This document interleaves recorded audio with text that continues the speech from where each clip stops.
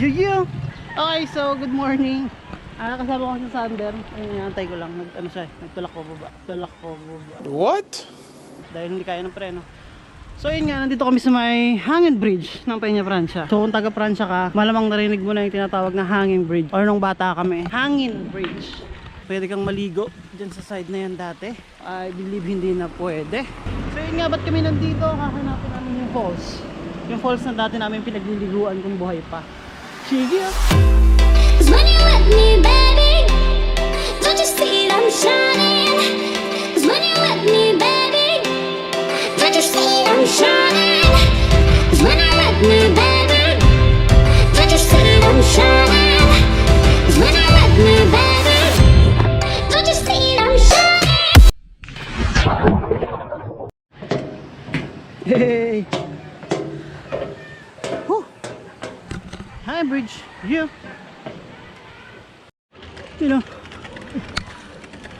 simento na pala, pero dati batuhan to eh. Pasensya na sa ingay ng bike ko, itama yung aking bottom bracket. Ay, yun yung ilog oh, galing pa ng ano yan, pag-dry. Dito yung bagsak. Ang bagsak din Marikina River, diba?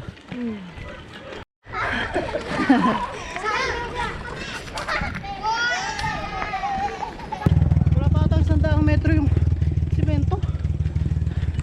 Ayun, lupa na, ahon pa, awit.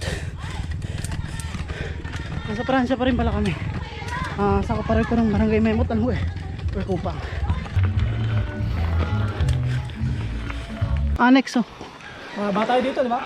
Nakalimutan ko na pre. Bata dyan eh. Sige, Pransya Annex. Baba nga ba? Baba. So ano pala to, Cupang. Akala ko Mayamot, Cupang. Zone 7A, Sitio Igiban. So pagdating ng Peña Francia Elementary School Annex, yung bababa, diretso lang.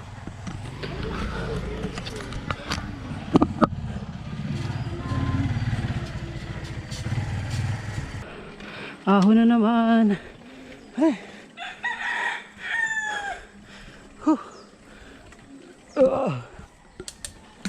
Sana pala kumain muna ako. Wait, puro pababa. Delikado ata to ah. Grabe naman kalsada yan. Kayong pagkakagawa. Nakalangan ako doon sa caliper ko. Grabe yung ano. Grabe yung kalsada eh.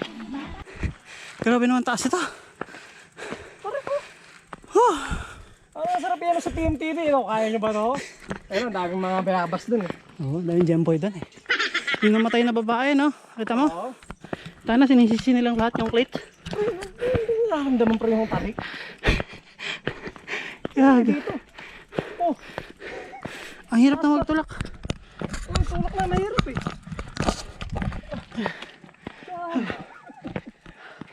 Literal na bundok pa rin. May tsura ko. Nakita itong iman puta, tatawa yun. Man, ang taas! Kaya. Ako ang likod ko.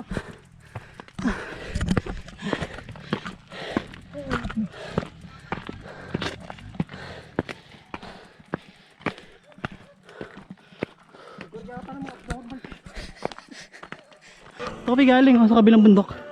Let's go. Sa ahon na naman. Literal na bundok talaga.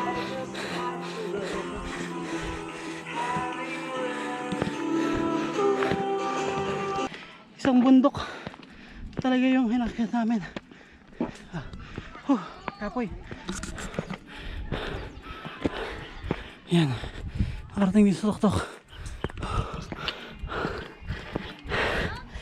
Kapoy. Upper Zone 7A Purok 2 Outpost. Laki ng Cupang. Ano Mang Domeng? So may pinasukan kaming bahay. Hello po. Good morning ate. Kanan? Oh, ito po, kanan. Sa kaliwa, walang daanan dyan. Baka tumabling kayo. Hey! Legit! Ang ganda dito pre. Ayun, diretso na tayo sa baba. Kaya nga muna. Sarap ang magkano na rin. Magmuni-muni muna tayo dito. Pwede ka nga mag-camping dito eh. Makapag-camping nga minsan dito. Dito ba yun sa baba? Doon pa. Baba pa tayo kasi tatawirin pa natin yung ilog, no kama? Sabagay. Lalakad pa tayo. Oo. Doon na tayo, diretso. Doon din lusot niyan? Oo, dito. Hindi pa yun, doon pa. Liguan yan, ewan ko eh. Iwan natin yung bike o lakarin na lang natin. Pamili ka. Kasi pagdating doon, medyo ilog-ilog. Sabagay. Kasi ate mo pagkakatiwalaan naman to eh. Tansya mo. Oo, tsaka looban na to eh. O, dalhin na natin yung bike. Pamili ka, pre. Oplan E1 bike. Yeah. Tapos iwan na namin. Ikaw na lang nag-isang bahay dito, sa dulo na. Oo nga pre, tama lang na iwan natin pre. Sabi mo, bubuhatin pala natin yung bike. Ikaw na lang magpapabuhan mo ako pre. Diba pre? Oo. Diba? Hindi lang siya basta bumaba. Sumigsag pa eh. Oo. Sabi na mo. Mas maganda nga naman yung parang, Detalyado ang puta. para hindi matarek. Kami sa mga paru-paro pre ah.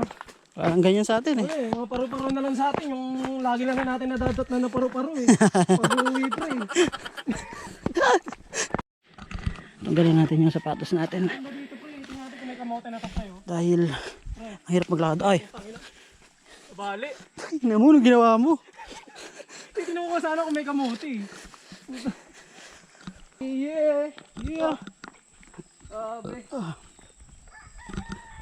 Biking na, hiking pa. Bay natin. Tara. Ay, mukhang malalim. May mo yung talon. May nagdadive eh. Ay, gatad eh. Okay. Ang problema sa tordak ko. May bubong nga. Social na si Mang Domeng eh. Legit. Yeah. Oh, sarap. Ayun, nasa baba oh. Ulit. Dami naliligo. Mga bata ito pre. Oo, mga taga dito lang din yan. Grabe, tirik naman ang daanan na to. Delikado yung matanda dito. Hindi pa. Dito na lang. Tirik eh. Bakit yung nagbabantay? Bay, sino nagbabantay? Ah, si Mang Domeng. Hello. Hello po. Kuya, pogi ka, pogi ka. Kuya, pogi ka na kuya. Hello kuya. Hindi, dalawa lang kami. Ano na naman, lampasan lang naman kami. Sama Cottage, 50. Sige lang tayo. Kapag ano?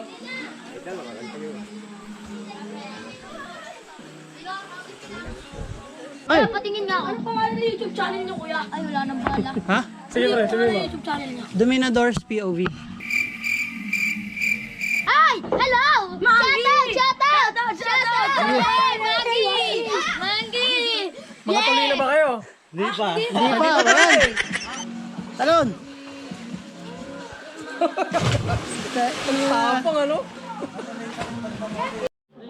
So dito galing yung tubig. Tapos iniipon lang ni Mang Domeng dito. Matagal na po kayo dito?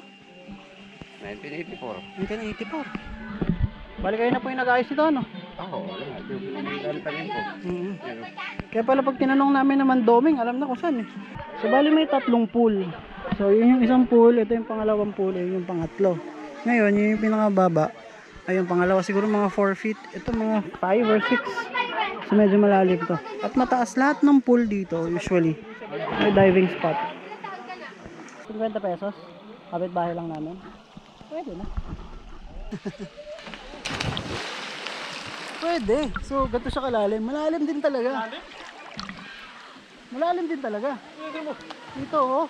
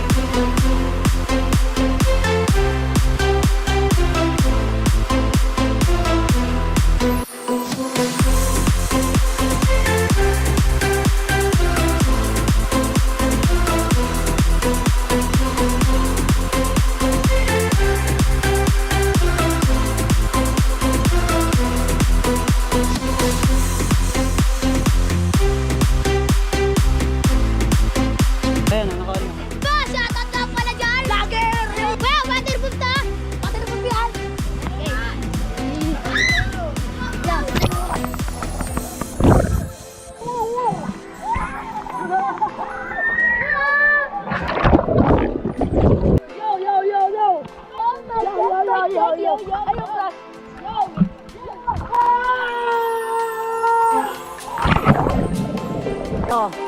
Fountain.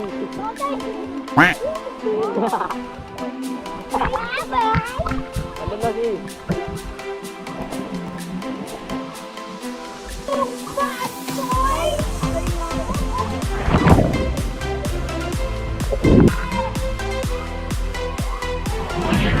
Oh my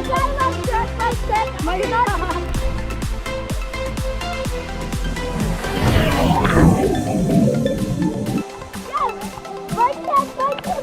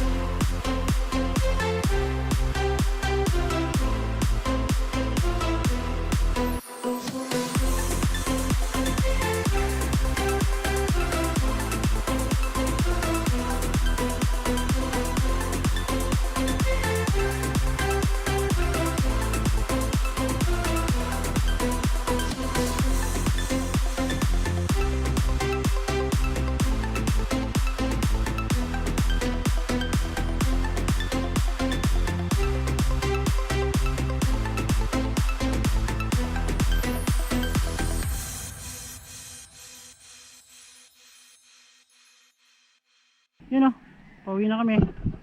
Yeah. Bait ni ate, iniwan namin yung bike. Andito pa rin. Balik tayo dito. Yeah. Okay, so kung hinahanap niyo yung falls na sinabi ko nung first part, merong falls sa Pransya or dun sa part nung 7A pero hindi na namin pinuntahan. Ang pinuntahan lang talaga namin is yung lugar ni Mang Domeng, which is kapag taga dito ka sa Pransya, kilala na namin siya as falls, kung tinatawag namin siya as falls. Kumbaga pag nagkaayaan, taka sa falls. Pero ang punta lang talaga is doon ka lamang Domeng. Kung gusto mong hanapin yung falls, meron namang falls, pero I don't believe na ganun pa rin siya katulad ng dati. Yeah, yeah!